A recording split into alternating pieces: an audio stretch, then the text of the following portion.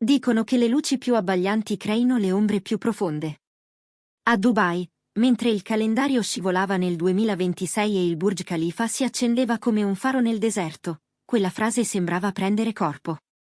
Il mondo brindava, la città respirava lusso senza freni, la musica copriva ogni esitazione. Eppure, in mezzo allo splendore, c'era un uomo che sentiva il terreno farsi sabbia sotto i piedi. Parliamo di Can Yaman.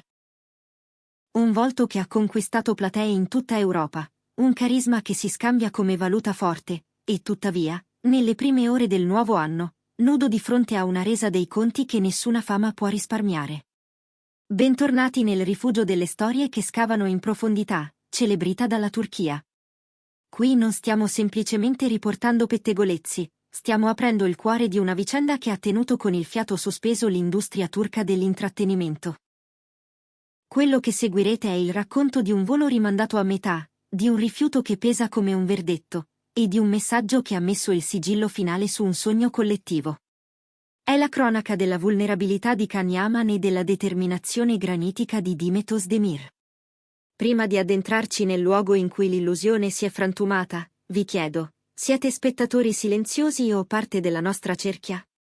Se cercate narrazioni che rispettino la complessità del cuore umano, abbonatevi. E se volete dare forza al nostro modo di raccontare, quello che veste le storie con la profondità cinematografica che meritano, il tasto Unisciti vi aspetta qui sotto. Il vostro sostegno è il ritmo cardiaco di questo canale. Adesso ripercorriamo il momento esatto in cui tutto si è spezzato.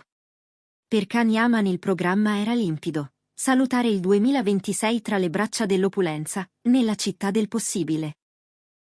Una notte di abiti scintillanti, feste stordenti, e quell'evasione che solo il denaro sa garantire. Ma allo scoccare della mezzanotte l'eco della celebrazione divenne vuota, come una stanza improvvisamente spopolata. La causa non era nella sala, bensì in un'apparizione digitale, una fotografia, postata a chilometri di distanza da Dimet Özdemir. L'immagine, semplice e devastante, comparsa sullo schermo come un lampo. Dimet, più luminosa e quieta di quanto il grande pubblico l'avesse vista negli ultimi tempi, accanto a un uomo misterioso. I sussurri di una nuova storia d'amore presero fuoco, correndo veloci nei corridoi del gossip. Ma per Can non era solo chiacchiera, era uno specchio crudele rivolto verso la sua immobilità. Il taglio sicuro del sorriso di lei, le parole allusive e piene di slancio che accompagnavano il post, gli arrivarono addosso come una folata di vento gelido. Testimoni delle feste di Dubai hanno giurato di aver percepito, in lui, un cambiamento repentissimo, impossibile da mascherare. La leggerezza si dissolse, lasciando un silenzio fittissimo. Le luci non riuscivano a rischiarare la tempesta che si era alzata dentro di lui. Incapace di reggere il peso di quell'euforia collettiva mentre tutto gli crollava dentro, Can prese una decisione che spiazzò la sua cerchia, interruppe il viaggio. Il lusso, i contatti, le possibili opportunità, le trattative che avevano spinto l'agenda fino all'alba, tutto, di colpo, era irrilevante. Spinto da sentimenti riemersi come correnti sotterranee e forse dal terrore di aver perso il controllo del racconto della propria vita, prenotò senza indugio un rientro immediato a Istanbul.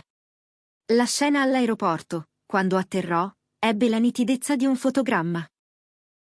Solitamente pronto, ironico, con quella battuta misurata che disarma la stampa, stavolta Can appariva scosso, scoperto. Ai flash non oppose barriere, né sorrisi di circostanza.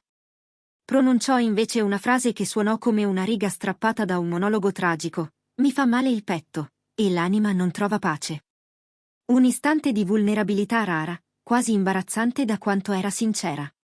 Evitò altre risposte, ma quando nell'aria si insinuò il nome di Dimet, quelle parole gli scivolarono fuori.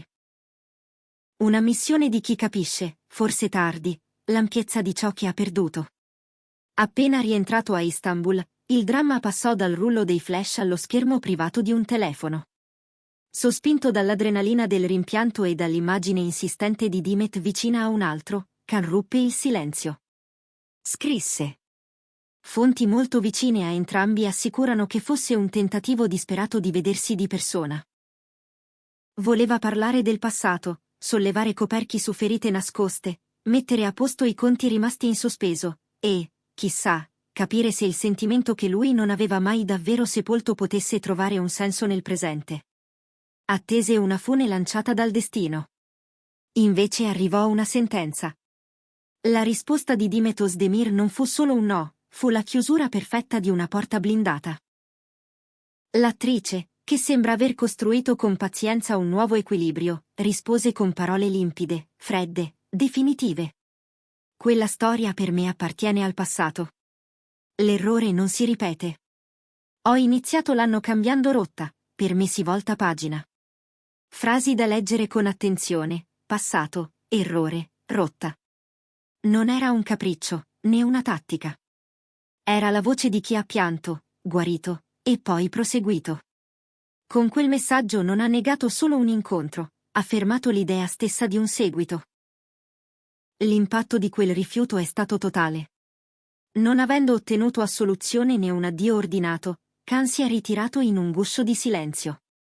I profili social, solitamente un diario colorato, si sono fatti opachi. Si è allontanato persino dagli amici di sempre, avviando un periodo di riflessione ostinata.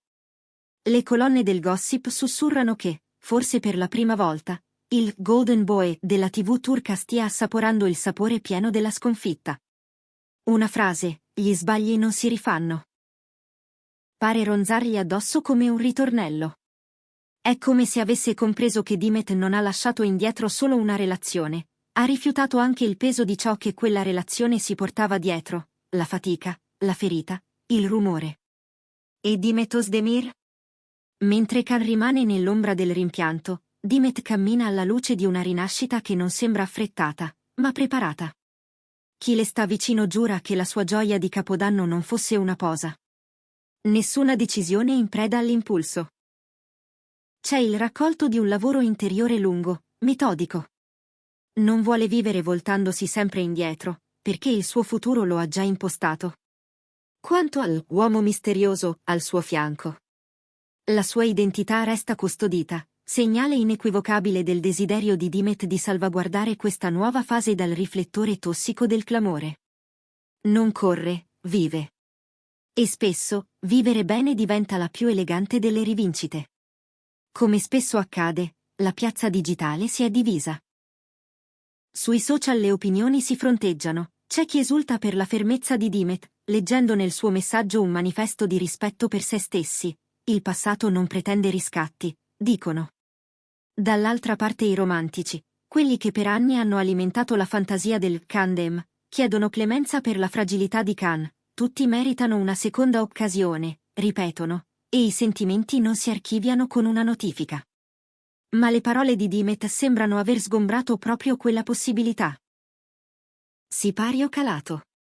Dentro ai corridoi dell'industria, questo momento viene interpretato come una svolta anche per l'immagine pubblica di Can Yaman, la lenta decostruzione dell'eroe imperturbabile che lui stesso ha indossato come armatura.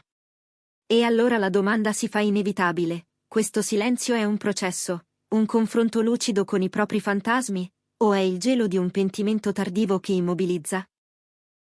Chi racconta il dietro le quinte resta in attesa, col fiato sospeso, chiedendosi se questa storia finirà davvero con un messaggio, o se il tempo, narratore implacabile, tenga in tasca ancora una piega in attesa. Alla fine, ci rimane l'immagine di due strade che si allontanano. Dimet Özdemir cammina dritta, lo sguardo rivolto a un orizzonte che promette quiete e riservatezza. Can Yaman resta voltato, con gli occhi che cercano il ponte su cui solo ora avrebbe voluto tornare. Ed è un promemoria severo: nella vita, a differenza delle serie che amiamo, alcuni finali non hanno una seconda stagione. Continueremo a seguire il silenzio di Khan e l'ascesa serena di Dimet. Ma per adesso, la loro storia passata è ufficialmente archiviata. Grazie per aver attraversato con noi questo paesaggio emotivo su Celebrita dalla Turchia. Se vi ha toccato il peso di quel messaggio conclusivo, lasciate un like e raccontateci cosa pensate. Dimet è stata troppo dura o ha fatto bene a difendere la sua pace? Scrivetelo nei commenti. E, se potete, cliccate su Unisciti per sostenere il nostro lavoro. Il vostro aiuto ci permette di dare voce a storie che altrove sfuggono. Alla prossima, con una promessa semplice: rispettare il passato, ma vivere per ciò che ancora deve accadere. E ricordate, a volte la pagina si gira davvero, senza tornare indietro. Eppure, mentre la notte di Dubai si spegne nei vetri dei grattacieli e Istanbul si risveglia con l'odore del caffè, resta un dettaglio che nessuno può ignorare: la forma nuova che certe parole assumono quando siamo pronti ad ascoltarle. Dimet ha dettato il perimetro della sua serenità, con chiarezza chirurgica. Khan ha lasciato cadere la maschera proprio quando tutti guardavano altrove. In questo scarto tra chi chiude e chi resta sospeso, si legge l'essenza di una fine vera. Non una resa, ma un diverso tipo di coraggio.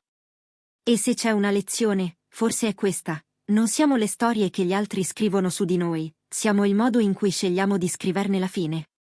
Da questa parte del microfono, noi continueremo a raccontare, con la misura dovuta, perché certi addii insegnano di più di qualunque inizio. E finché ci sarete accanto, qui su Celebrita dalla Turchia, daremo alle parole il tempo di depositarsi, e ai silenzi il diritto di parlare. È così che si onora ciò che è stato, ed è così che si fa spazio a ciò che verrà.